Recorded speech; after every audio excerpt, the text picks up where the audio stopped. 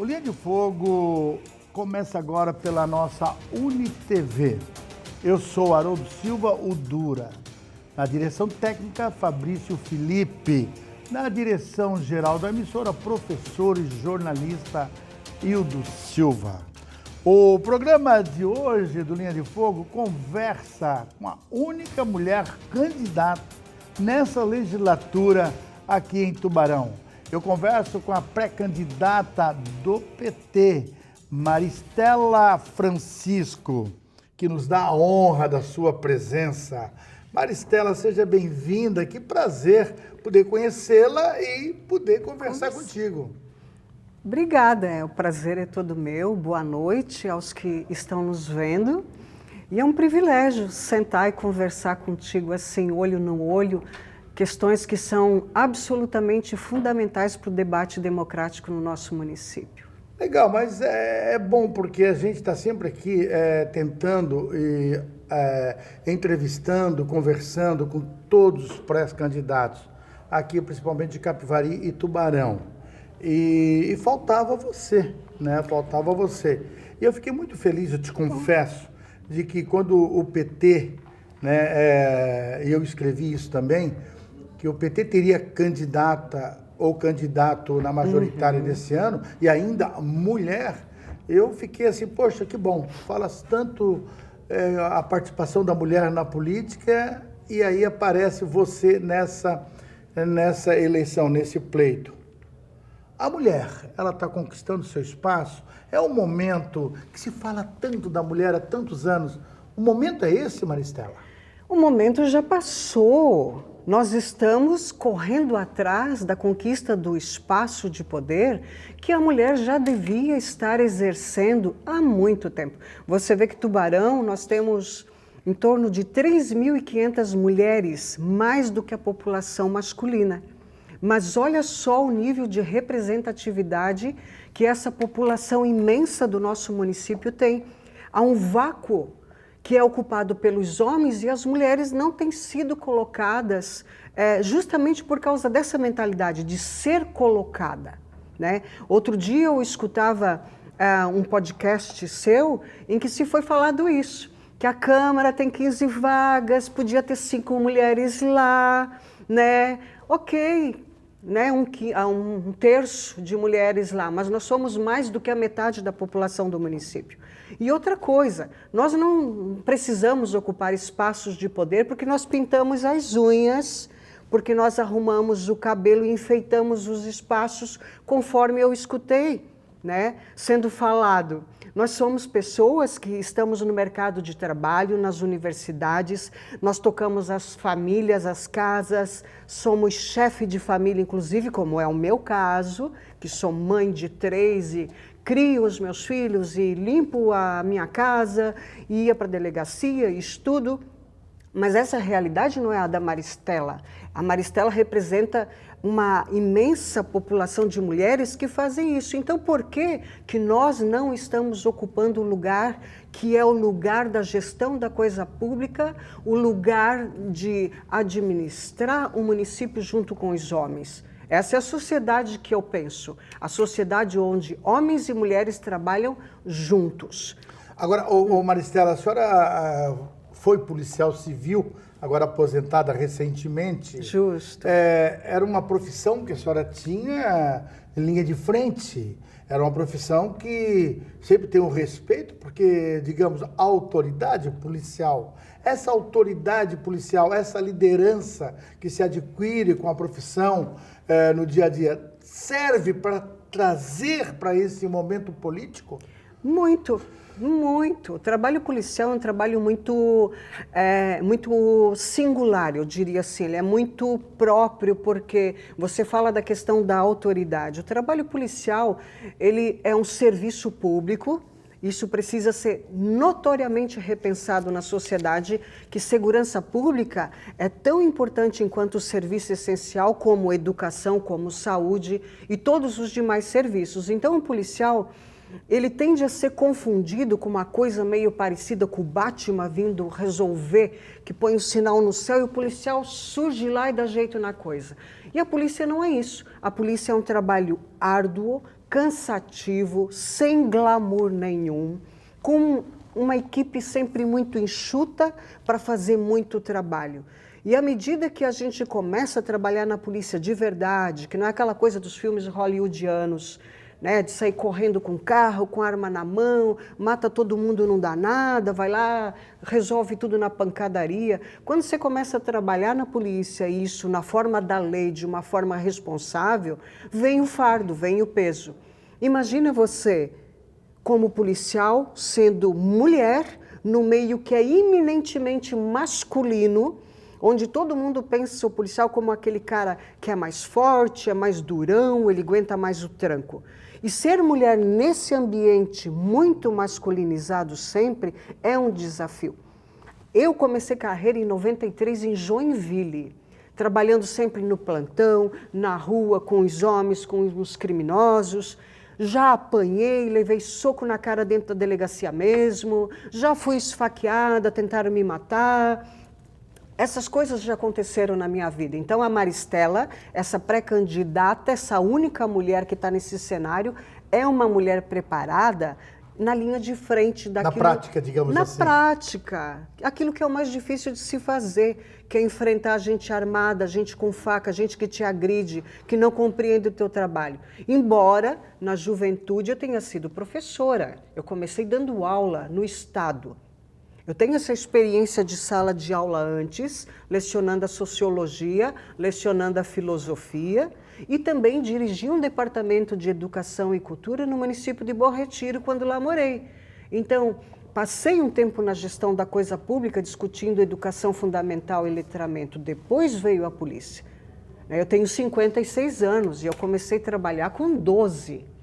Tá? Então, assim, eu sou uma mulher que veio de muita dificuldade na vida, trabalhei como babá, trabalhei no comércio local aqui em Tubarão, comércio varejista, a extinta Cozema, material de construção que tinha na Patrício Lima. Eu comecei lá adolescente e depois eu fui trabalhando em muitas coisas e por último me aposentei na Polícia Civil de Santa Catarina, agora em 1º de fevereiro. Primeiramente, é interessante que de 1980 até 2024, o PT foi o único partido nesses 10, 30 anos quase, que lançou mulheres. Em 1982, o PT lançou a professora, minha colega de sala de aula também, de colégio, a Eliette Rocha, certo? A primeira experiência. O PT surgiu em 1980, tal, por aí, 79, 80, e aí a Eliette apareceu. Muito bem. Agora, a senhora, depois desse tempo todo, o PT lhe encontra, eu digo assim porque eu escrevo política, eu fico buscando essas novidades.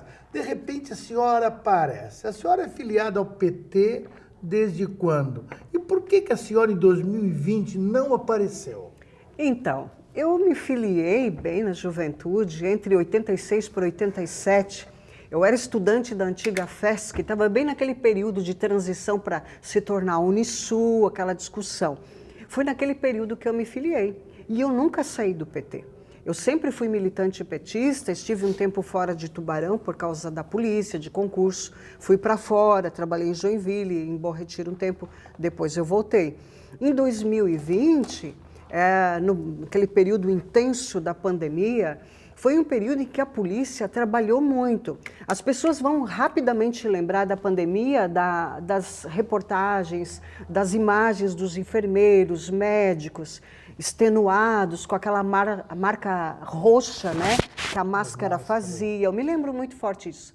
Mas na polícia, tanto a civil, a militar, como todas as forças da segurança pública, nós estivemos no trabalho presencial nas delegacias.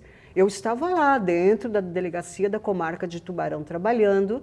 Nós tivemos inúmeros colegas que pegaram Covid, aí o nosso efetivo baixava ainda mais. E tem uma coisa que eu falava agora há pouco da singularidade da minha profissão. O policial civil, diferentemente da PM que usa farda, que tem que ser uma pessoa notória, que tem que ser uma pessoa à vista, para que a pessoa está lá no centro, deu um problema, ela olha aquele cara de farda, ela recorre, que é o policial, né? A polícia civil, quanto mais discreta ela é, quanto mais no bastidor ela está, melhor é o trabalho dela. Nós somos uma polícia judiciária que investiga crime, né? Nós estamos aquela coisa de nós estamos o tempo todo no meio de vocês e vocês não nos veem. Essa é a ideia. Tá aparecendo ali atrás fazendo foto, tá? Ah, Tem que voltar essa pergunta de novo. essa câmera, não dá para pegar ali da... Não, Eu retomo, tranquilo comigo. não dá. Eu não lembro a pergunta, onde é que ela estava em 2020, tá? Tá legal? Eu não me liguei. Obrigado, produção. Obrigado, diretor. Então é o seguinte, o cara que conhece TV, né? Você conhece? Conhece, né? Eu não falei nada, mas Mas foi bom, Ele não trabalha na diretor. TV, Aqui também é ordem. Tá, aqui também é ordem. Não, mas tá tudo bem. Parabéns vocês, produção. Tudo bem. É isso. A pergunta é, posso continuar? Pode fazer. Maristela, pré-candidata do PT. A senhora foi filiada desde quando? Em 2020 eu não lhe vi. Onde a senhora estava em 2020? Então, a Maristela é filiada desde 86 para 87. Eu entrei no PT na época de transição da FESC para a Unisul. Eu estava nessa época aqui. Então, e eu estava fazendo minha graduação de filosofia, participando de movimento estudantil, acompanhando toda aquela mudança no cenário da universidade. E em 2020, eu estava dentro da delegacia de polícia trabalhando. Foi aquele boom da pandemia, do Covid, as pessoas estavam assustadas, todo mundo correndo para os supermercados, todo mundo adoecendo, apavorados, né? Foi um contexto muito difícil. E eu, como todo mundo da Polícia Civil e das outras forças policiais, nós estávamos particularmente sendo solicitados, inclusive fazendo fiscalização de aglomero de pessoas, porque não podia, e o pessoal acabava indo se reunir para comer cachorro-quente na madrugada, né? E o vírus correndo solto para todo lado, né? E a gente estava trabalhando. Então, quando saiu a movimentação para as eleições de 2020, eu estava focada no exercício do meu trabalho. E o pessoal que convive comigo mais intimamente sabe que a Polícia Civil é uma polícia discreta, que trabalha de bastidor, que trabalha no sentido de não ser vista, não ser percebida. Isso é essencial na prática do trabalho da Polícia Civil, investigativo, e também na hora de fazer os nossos papéis dentro das delegacias, né? E eu não participei ativamente, a não ser nos bastidores do contexto do PT em Tubarão, por conta mesmo da responsabilidade social que eu desempenhei naquela época, estando dentro da delegacia de polícia. Né? Agora, Maristela, voltando a essa questão da política, depois eu tenho uma questão depois religiosa que eu achei fantástica quando a produção me passou isso. A questão policial ainda, antes da política, você trabalhou na delegacia, trabalhou dentro dela por muito tempo, se aposentou.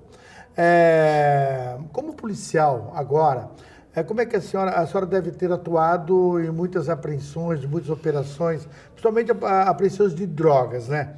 Como a senhora avalia essa recente decisão do STF sobre o porte da maconha, que é uma discussão ampla? Sim. Qual é a sua opinião como policial?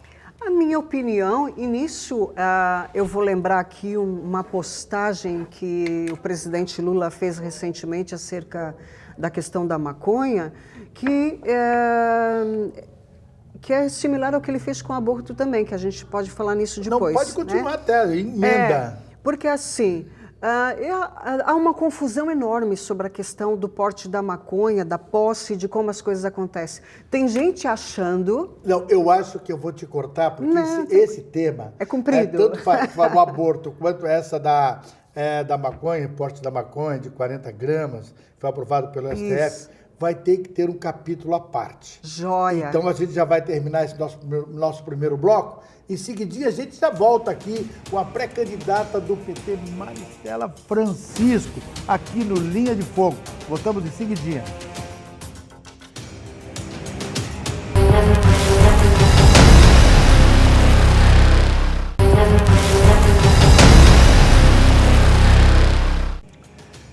de volta com o nosso segundo bloco aqui do Linha de Fogo desta quarta-feira. Começando com a pré-candidata mulher do Partido dos Trabalhadores. Eu acho interessante frisar bem, como a Maristela falou, sobre a participação da mulher na política. Muito importante, muito interessante. Mas eu terminei o bloco, Maristela, justamente nessa decisão do STF, né, ultimamente, sobre o porte da maconha. Até estipulando 40 gramas. Eu estou achando que vai aparecer traficantes, aviãozinhos, na sinaleira. Cada momento pega 10 gramas, cada vez 10 gramas, e não tem problema. Agora também, em cima disso aí, está sendo assim nacionalmente discutido, foi discutido e não vai parar, a questão do direito ao aborto legal. Qual é a sua opinião sobre isso? Bom, vamos pelo começo. À vontade. Como se diz, pelo começo. Eu vou falar da maconha primeiro. O que há é uma certa confusão em torno da decisão do Supremo Tribunal Federal. Por quê? Porque tem gente achando que liberou, que legalizou. Eu já vi gente perguntando nas redes assim, quando é que vão ter farmácia, ou quando é que vai ter lugar para comprar? Gente, a droga continua ilícita. Não é Amsterdã, né? Não, não foi legalizado, não foi liberado, continua sendo apreendida. Cada vez que alguém for pego com uma quantia de droga, vai ser ainda conduzido, a droga ainda vai ser apreendida. O que mudou somente na decisão do STF é que se descriminalizou essa posse. Significa o quê? Eu estou lá fumando meu baseadão de boa, passa PM, passa não sei quem, me leva para a delegacia, em vez de eu entrar debaixo do Código Penal criminalizado por causa daquela droga, eu vou sofrer a sanção administrativa por causa do porte de uma substância que é ilícita. Não está legalizada a maconha. Então eu já tive notícia agora nos últimos dias de uma galera que se reuniu num bando assim de tarde, todo mundo fumando maconha. Não, agora está legalizado, podemos fazer o que a gente quer, como se nada tivesse. Não, vai continuar indo para a delegacia, tendo que ir para alguma atividade administrativa, de participar de cursos ou de alguma atividade para ele compreender a potencialidade que pode haver naquele consumo. Agora, como policial, eu vou dizer, e aqui eu sou muito franca sempre, né? Como eu sou na minha vida, para mim, nós tínhamos que lidar, inclusive, com a questão do álcool, que o que mais incomoda a polícia é o consumo de bebida alcoólica desenfreado na sociedade. O pessoal bebe, atropela as pessoas, mata, bate na mulher em casa, bate no filho. O que mais gira a delegacia acaba por ser um consumo irresponsável do álcool. E é como qualquer substância. Álcool demais dá problema, vai fumar demais dá problema, é cocaína, é o crack. A sociedade precisa sim discutir. É por isso que eu acho interessante essa pauta da discussão da maconha, porque a sociedade é meio que obrigada a parar para discutir. Embora haja ainda essa confusão pensando que liberou, que está podendo fazer o que quer, isso não é verdade. Não é isso. A mesma coisa o aborto, né? Que aí eu vou guindar o assunto do aborto. Lula disse o quê? Eu, Luiz Inácio, sou contra o aborto. Ele colocou isso na rede oficial dele. Mas, o que há? Há o Código Penal, que desde 1941, e depois com uma mudançazinha lá em 2012, fala quando e como, em que circunstâncias se pratica o aborto, né? Então, a única coisa positiva dessa brigaçada toda que houve socialmente em torno do aborto, num primeiro momento, a sociedade parou para ver que nós temos um problema grave e sério para discutir quando se trata principalmente de risco de vida da mãe, de crianças e adolescentes estupradas. Isso é muito recorrente, inclusive no ambiente familiar, de conhecidos. Como é que nós lidamos com isso? Porque, é claro, né, Dura, em época de eleição, se desenterra tudo que é cadáver que tem embaixo dos tapetes. Aí vem pauta de aborto, vem castração química, que teve gente lá do Nordeste que já puxou, vamos castrar todos os estupradores, vamos... Enfim, a droga está comendo solta no país, ninguém fala do álcool, que o pessoal enche a cara e sai dirigindo. E a única coisa boa de todo mundo querer capitalizar voto em cima da tragédia humana é que a sociedade vai ter que discutir, nem que seja Agora, na força. a minha maior preocupação não é nem a discussão, é saber discutir. É ter aprofundamento naquilo que vai se discutir. Né? Porque muitas vezes, para impressionar, fala mais bobagem numa campanha ao pedir votos ou abordar esses temas do que se realmente se assim, olha, eu vou me aprofundar mais sobre isso. Né? Porque tem gente que está falando, não é o seu caso. Eu prestei bem atenção no que você coloca e concordo naquilo que você coloca com muita propriedade. Isso é a pura verdade. E agora a gente não consegue entender quando eles usam esse tipo de tema como bandeiras eleitorais. Isso para mim está errado. Olha, eu me sinto indignada, e eu sou o tipo de gente que eu sou o carro da paciência, até porque policial que não é o carro da paciência, ele não vai ser um bom policial. Ele vai fazer o que não deve na hora que não deve. Eu aprendi desde o começo da carreira isso.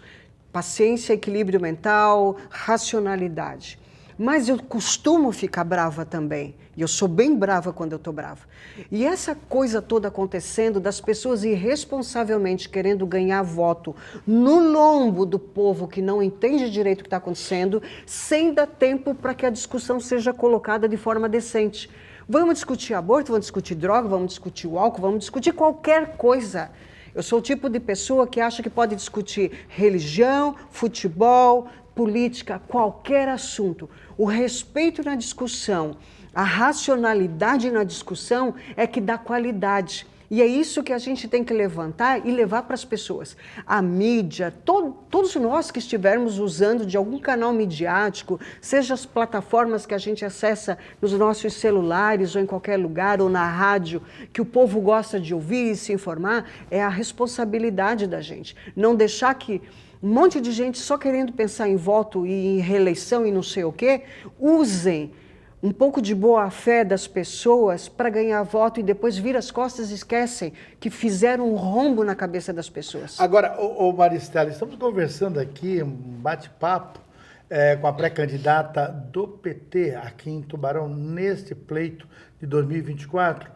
Uma vez que pré-candidata, não tem que falar de plano de governo, não tem que dizer que vai tapar o esgoto, a rua, vai salvar Tubarão das cheias, enfim, não, isso é para depois. Isso é depois que homologar de fato, né, como candidata a prefeita. Hoje ela é uma pré-candidata, hoje é para conhecer o que a gente vem fazendo aqui, conhecer um pouco a candidata Maristela, que para mim também está sendo uma grande surpresa, um prazer muito grande poder ouvi-la. A senhora falou em religião. Religião. E também é um tema que se usa muito em período eleitoral. Né? O meu curral eleitoral é a igreja tal, a igreja lá, a igreja aqui. Como é que a senhora enxerga esse alinhamento de lideranças evangélicas ao bolsonarismo, no caso? Eu vou te dizer, não só dos evangélicos... Eu estou entrando agora numa parte que nós vamos... Eu acho ótimo. Vamos discutir isso ao extremo agora. Esse é um assunto ótimo. Eu vou dizer assim, eu morro de vergonha. Eu... Maristela, pessoa, munícipe dessa cidade, desse município, eu morro de vergonha de qualquer alinhamento, de qualquer matiz de política com religião. Mesmo com o PT? De qualquer um. Por quê? A Maristela, pré-candidata, tem uma fé que é pessoal e eu sou cristã desde 2001, eu era ateia. Em 2001 eu tive a minha experiência com Deus, que é uma subjetividade, é uma coisa do meu interior, da minha alma, mas eu faço uma distinção muito racional, que eu acho que é a legal, inclusive, de que o poder, o Estado, o governo, ele é laico. Traduzindo isso em miúdos, traduzindo, significa que o Estado não tem que dar pitaco na fé das pessoas. As pessoas acreditam no que elas querem. E elas exercem a sua fé com liberdade, isso tem que ser respeitado e não misturado como cabresto. É isso que está vendo, isso que está acontecendo. Exatamente. É justamente isso, essa discussão no terceiro bloco vai esquentar mais ainda, porque uma pergunta que eu vou deixar no ar, é possível ser evangélica, né, e ser de esquerda? Seguidinho a gente já volta com o nosso Linha de Fogo para o nosso terceiro bloco. Hoje conversando aqui com a pré-candidata do Partido dos Trabalhadores aqui de Tubarão, Maristela Francisco. Voltamos em seguidinha, fica aí.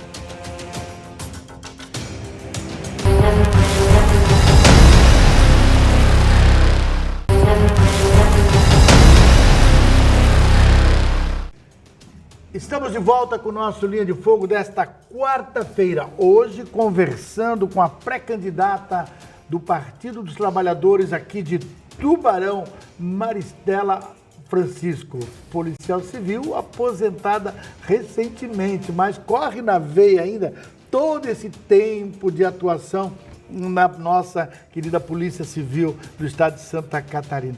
Eu terminei o bloco, eu sempre gosto de terminar um bloco e deixar uma questão no ar. É possível ser evangélica e de esquerda? É claro que é possível. Como assim? Me diga. Eu vou te dizer por quê. Então vamos usar do chão da própria palavra de Deus, que aí os evangélicos, os católicos romanos e os kardecistas, enfim, todo mundo vai olhar e vai lembrar. Jesus disse uma coisa uma vez para Pedro, lá nos evangelhos, assim: dai a César o que é de César. Lembrando que César é o símbolo do poder romano do imperador. Então, ele dizia para o discípulo: para o poder, você dê o que é do poder. E para o evangelho e para o reino de Deus, o que é do reino de Deus.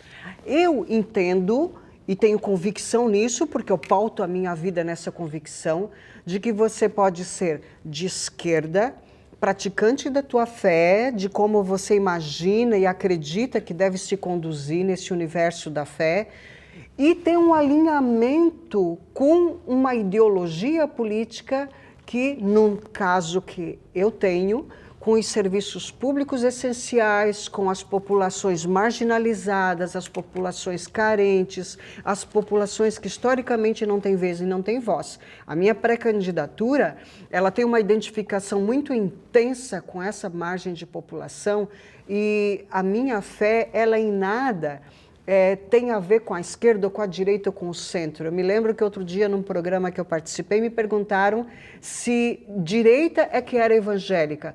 E eu disse não, o Estado é laico. E quando a gente fala em direita, esquerda, centro ou nenhuma coisa, que tem gente que acha que é nenhuma coisa, que é um engano. Mas enfim, quando você fala em fé, você não está falando em alinhamento ideológico. Se eu acredito no Estado neoliberal, na gestão dura do Estado, ou se é Estado mínimo, ou se... Essas pautas não são as pautas da fé. E quando se usam essas pautas da fé para amarrar a questão política partidária, eu morro de vergonha, seja da direita, seja da esquerda, do centrão, porque é uma vergonha usar a fé das pessoas para ganhar voto. Usar a fé das pessoas, daquilo que é muito subjetivo na vida dela, para querer pautar uma moralidade que, em geral, não é sequer praticada. Não te interrompendo, mas pode já fazendo interromper, isso. faz isso. A gente sabe que no Congresso Nacional existe as bancadas do corporativismo, certo? E a bancada evangélica, ela está lá presente, né, com seus líderes. E o próprio governo, que hoje é petista, ele também apoia muito, porque essa bancada vota, ela tem voto, que é o essencial para a governabilidade. Como você vê essa relação, não essa intimidade? Lula não tem essa intimidade com as grandes lideranças evangélicas, mas tem intimidade com alguns e bastante deputados evangélicos. Não se torna também uma coisa meio estranha no processo? Não, eu acho que democracia é isso. O governo Lula 3 é um governo de coalizão, nós temos o vice, que é o Alckmin. Olha, nós temos a Tebet, de ministra, que estava lá disputando voto com Lula no primeiro turno. Então, o que nós temos? Um Congresso que é multifacetado, que tem lá a bancada da bala, que diz a bancada da Bíblia, enfim, nós temos um monte de bancadas. E o que eu falo que eu tenho vergonha no cabresto que se impõe pela religião com o povo, é quando se usa da religião para dizer para as pessoas como que ela tem que pensar a vida pública, a vida política, o congressista, a pessoa que está no executivo ou mesmo que está no judiciário, os 3 poderes. As pessoas não podem, dentro dos seus templos de fé, seja ele qual for, serem conduzidas como se fosse um monte de ovelha para um curral, para um matadouro, porque o líder mas dele... o sistema presidencialista, ele é praticamente... usa esse conceito que você acaba de falar. Que nós temos que repensar, nós temos que discutir. Mas passa pelo Congresso. O Congresso como é que é? É esse show de horrores. Eleito é na hora do brasileiro que depois não cumprem aquilo que prometem, que falam. Seja ele de todos os partidos, cada um defende a sua parte. Justo. Mas eu vou dizer o que para você? Que eu acho glorioso, eu acho vergonhoso. Um monte de gente que gasta dinheiro público, que gasta dinheiro privado, que gasta a vida, a fé, o sonho das pessoas, conquistando um voto para si e vão na representatividade dentro do Congresso ou dentro do Executivo ou em qualquer lugar e fazem a mais absurda traição daquilo que foi depositado. Daquele negócio que foi feito. Nessa conversa tão interessante, vergonhoso para mim também é extremismo, é essa coisa de apaixonante, apaixonado. E nós estamos vivendo, o mundo está vivendo essa questão de extremismo, né? América Latina, Europa, a gente está percebendo isso agora. E no Brasil se manifestou na última eleição, assim, de uma maneira barbaridade de ambos os lados em algumas partes. Existem petistas que eu digo que não são extremistas, como, digamos assim, eu conheço o PTB na década de 80, né? Que não eram tantos assim, mas estavam iniciando um processo da democracia, da reabertura que ajudou tudo isso. Porém, hoje se percebe, Maristela, que existe essa condição, essa linha de extremismo. Isso não é legal para ninguém. O próprio presidente Lula é um exemplo de que ele faz a governabilidade com vários partidos. Exatamente. E você citou 2 ministros, até o Alckmin, né, que era do PSDB. Mas é isso que eu falo. Eu realmente acredito que nenhum extremismo ele vai somar para a governabilidade que nós precisamos. Eu estou sempre aqui me reportando ao que eu falo, porque eu escuto as pessoas falando, e eu escutei outro dia um pré-candidato dizendo, com tal partido eu não converso, com tal partido eu não sento.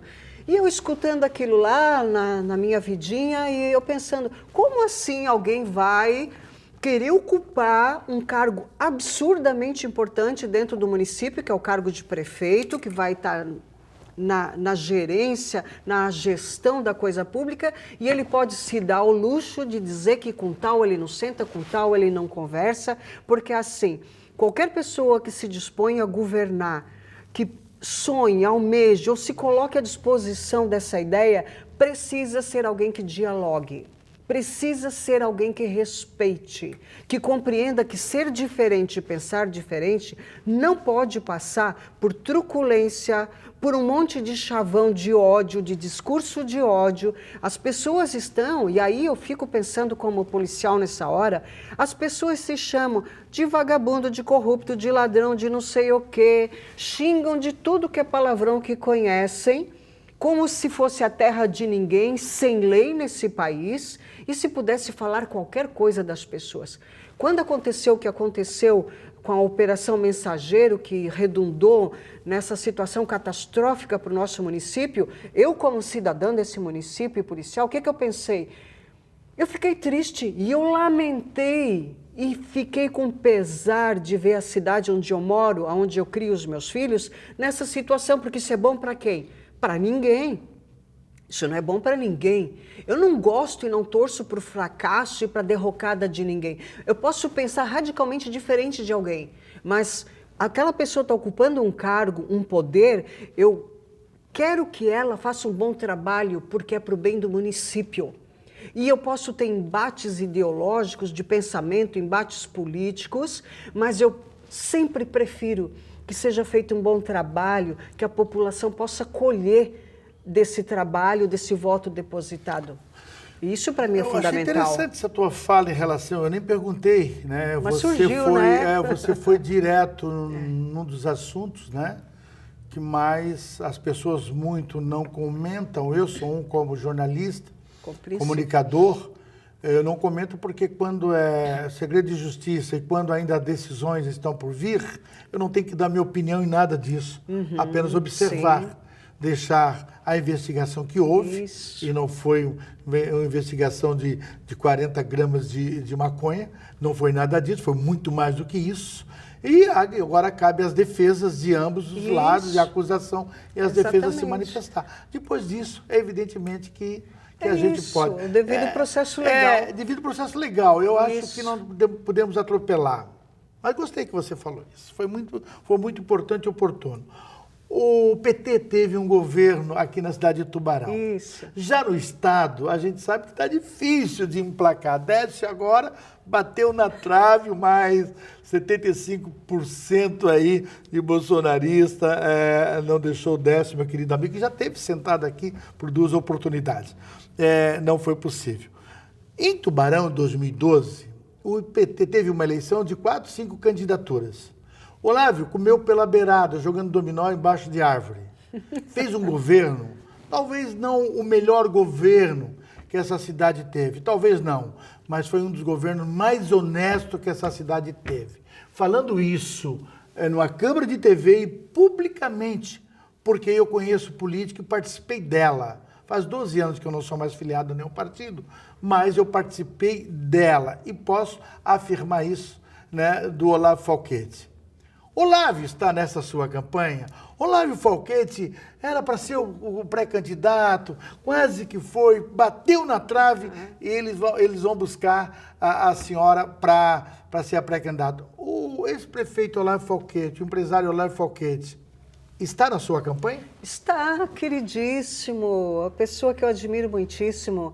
Olávio está conosco, sim, e essa pré-candidatura, Maristela Paulão, que é o vice-pré-candidato, né? O Paulão professor, que foi vereador 2 vezes aqui na cidade de Tubarão, no município de Tubarão.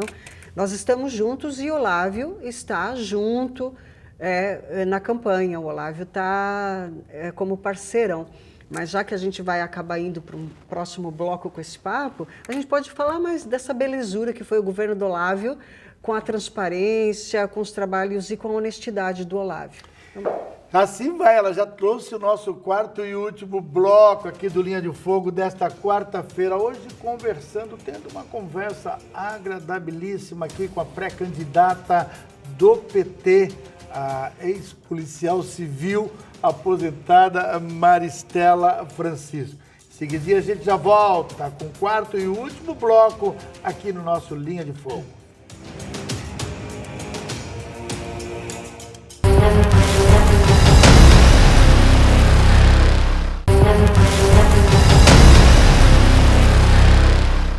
Estamos de volta com o nosso Linha de Fogo no 4º e último bloco, conversando com a pré-candidata do PT, Maristela Francisco.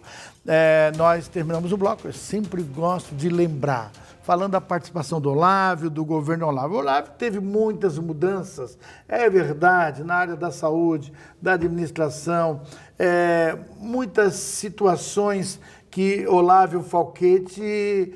E disse uma frase na época que o Matheus Madeira, meu querido amigo Matheus Madeira, presidente do PT, acho que até o dia de hoje, se eu não me engano, disse o seguinte, Olávio Enterratuba, essa frase para mim é demais. Olávio, não enterra tubo porque o tubo não dá voto, né? Aí ele assim, mas dá dignidade. É isso que a senhora, se eleita for, traz um pouco de Olávio Falquete para a sua administração? Ah, com certeza. Eu acho que é uma marca da pré-candidatura que tem a presença do Olávio conosco, comigo e Paulão, é justamente isso, o resgate urgente, fundamental, do exercício do poder com honestidade, com transparência, como já foi feito no tempo do Olávio, com o portal da transparência. A Tubarão precisa disso. Nós precisamos disso. As pessoas do município de Tubarão precisam perceber e ver nessa pré-candidatura que eu personifico aqui com a minha pessoa, que tem sim como fazer administração pública, gestão pública, com honestidade, com seriedade, com compromisso, com pessoas simples. Nós temos que parar de criar uma imagem de que o político ele é quase que um predestinado que veio dos céus para gerenciar as coisas públicas. Então, às vezes, quando alguém questiona sobre a Maristela, debaixo de qual tapete saiu essa mulher, que ninguém sabia dessa mulher, e eu lá sendo polícia... Mas eu comecei o programa pensando isso também. Exatamente. Pois então, eu sou a representação física, na carne, das pessoas desse município. Gente que mora aqui, que trabalha, que cria filho. Eu sou uma mulher idônea, eu sou uma pessoa que não tem telhado de vidro, rabo preso com ninguém, não devo favor político para ninguém. E eu tenho muita seriedade com aquilo que a pessoa simples precisa. Aquilo que eu vi toda a minha carreira, eu estou desde 95 como policial aqui. Delegacia é o lugar que você tem quase que um termômetro do que é a sociedade. As pessoas que não têm aonde ir dentro de Tubarão, é para uma delegacia que elas vão, porque lá é aberto 7 dias por semana, 24 horas. Ela não tem dinheiro para advogado, ela não tem aonde ir, ela vai parar na delegacia, querendo opinião, querendo saber o que fazer, querendo alguma coisa. E eu passei quase 30 anos desses últimos tempos fazendo isso, conhecendo Tubarão, conhecendo cada canto, cada morro, cada lugarzinho, que a maioria dos políticos dessa cidade não conhece, porque não gosta, tem gente que não gosta de pobre, tem gente que acha que todo pobre é vadio, tem gente que tem uma mentalidade tão elitista dentro da política tubaronense que acha que é um predestinado para governar. Como assim? A política é de todos, é para todos. Todas as pessoas devem participar da vida política, porque todo mundo pensa e sabe. Agora, uma pergunta que não quer calar, que eu deveria ter feito no primeiro bloco, mas eu propositalmente eu deixei para agora.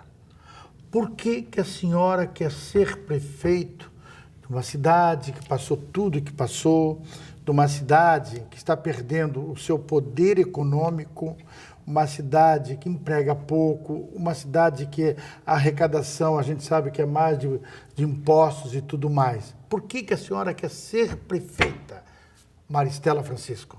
A Maristela quer ser prefeita dessa cidade porque a Maristela sabe o que vai fazer. Eu penso Tubarão hoje exatamente como você acabou de pautar agora. Nós perdemos já para Içara, no desenvolvimento. Tubarão precisa voltar a ser o polo regional que é de fato. Tubarão precisa voltar a cuidar do seu IDHM, que é o Índice de Desenvolvimento Humano de município, com seriedade. Nós precisamos daquilo que é a coisa mais séria no país hoje, e em Santa Catarina fundamentalmente, que é segurança e combate à corrupção. E nós precisamos lidar com o município a partir de uma ótica nova do fazer política, onde a gente não esteja o tempo inteiro pensando, não, mas esse coleguinha do partido A, B, C ou D, todo mundo quer uma boquinha lá dentro, todo mundo quer se arranjar, e eu já vou entrar para o cenário político devendo para todo mundo, porque eu fiz compromisso político com todo mundo. Eu não tenho esse negócio.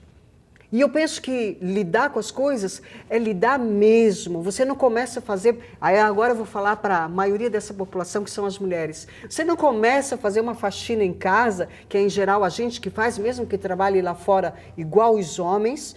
Você vai fazer uma faxina, você faz o quê? Levanta tudo, levanta o tapete, levanta as cadeiras, os calçados dos filhos e começa a limpar e tirar o que está embaixo do tapete.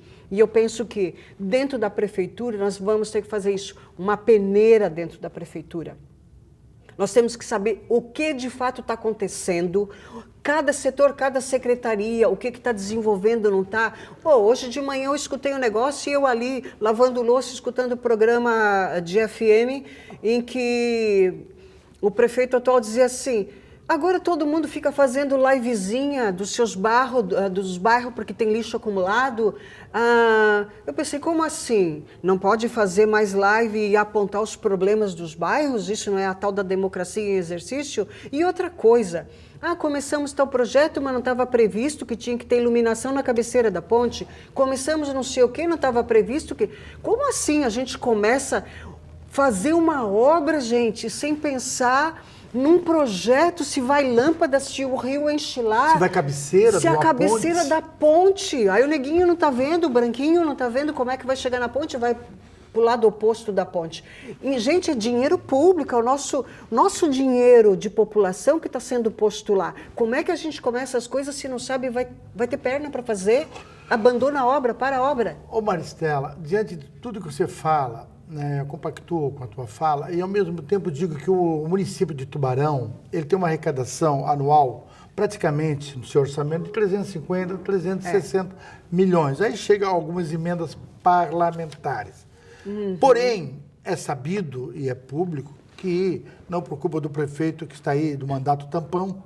Não é isso? Visto vem de outras legislaturas, de outras gestões, aliás, uma dívida de 600 milhões de reais. Tenho conhecimento. Onde 2% sobra apenas para investimentos. Na área da infraestrutura, nós somos carentes. A educação tem o seu percentual constitucional. A saúde, da mesma forma. Cheio de problema. E aí, a máquina leva quase 54%. No governo Olávio, também a máquina também tinha comissionados, a máquina também era um pouco inchada. Como resolver isso? Fazendo o que eu acabei de dizer. Peneira. Porque assim, não podemos enxugar o que é essencial. Eu escutei outro dia, porque o governo do estado pegou, economizou 1 bilhão lá na máquina, não sei o quê, mas vai perdoar 5 bilhões de dívida de gente rica, né? Então eu pensei, não é por aí, isso não se faz, né? Outra coisa, se o município tem um monte de problema, o dinheiro é enxuto. Tá, o problema crônico, por exemplo, do Hospital Nossa Senhora da Conceição. Muito sério. Que estourando a boca do balão, estão querendo fechar a porta disso. Mas que o poder público municipal não vai resolver. Então, nós temos problemas crônicos em Tubarão. Tem uma UPA aí que faz 10, 12 anos.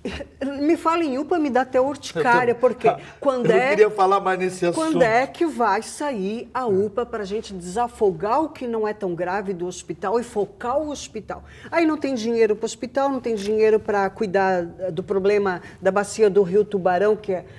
Toda chuva que dá mais intensa vira uma preocupação gravíssima dentro do município. Quer dizer, o dinheiro entra, mas como é que o pessoal tem tutano para gastar e para saber botar dinheiro onde não é para botar dinheiro? Como é que aparece dinheiro para coisa que não precisa? Aí eu fico pensando, ou não é hora da gente pegar e fazer diferente? Ou não é hora da gente chegar e... realmente fazer aquilo que foi começado lá atrás com o Olávio e retomar o assunto da transparência e pensar como vamos gastar o dinheiro de Tubarão com responsabilidade e respeito devido ao seu cidadão. Passou da hora, né, Dura? A gente não pode brincar com o dinheiro das pessoas. Eu sou dona de casa, sou mãe de família, chefe de família, eu sei o orçamento apertado que eu tenho. Meu filho usa o sistema público de saúde. Meu filho precisa, às vezes, de um tratamento que não tem porque falta equipe. E eu estou dizendo, o pessoal trabalha muito na saúde do município, mas os locais são inadequados, falta pessoal. Nós tivemos um simpósio em setembro passado, que é o Setembro do Suicídio, de prevenção ao suicídio, e teve uma pessoa responsável pela saúde do município dizendo assim, olha... Nós temos 2.000 e não sei quantas pessoas esperando atendimento com psicólogos, são 8, sendo que desses 8 psicólogos tem uma cota que é para pessoa de terceira idade, na melhor idade, e para criança e adolescente, aí sobra outra cota para os adultos. Aí eu pergunto para você, a pessoa que está em sofrimento psicossocial, ela vai esperar quanto tempo na vida para ser atendido por um psicólogo? Mas é um problema que é tripartite. E que vai pegar também, a senhora vai pegar o problema e muitas vezes não vai dar para resolver. Mas vamos arregaçar as mangas e trabalhar?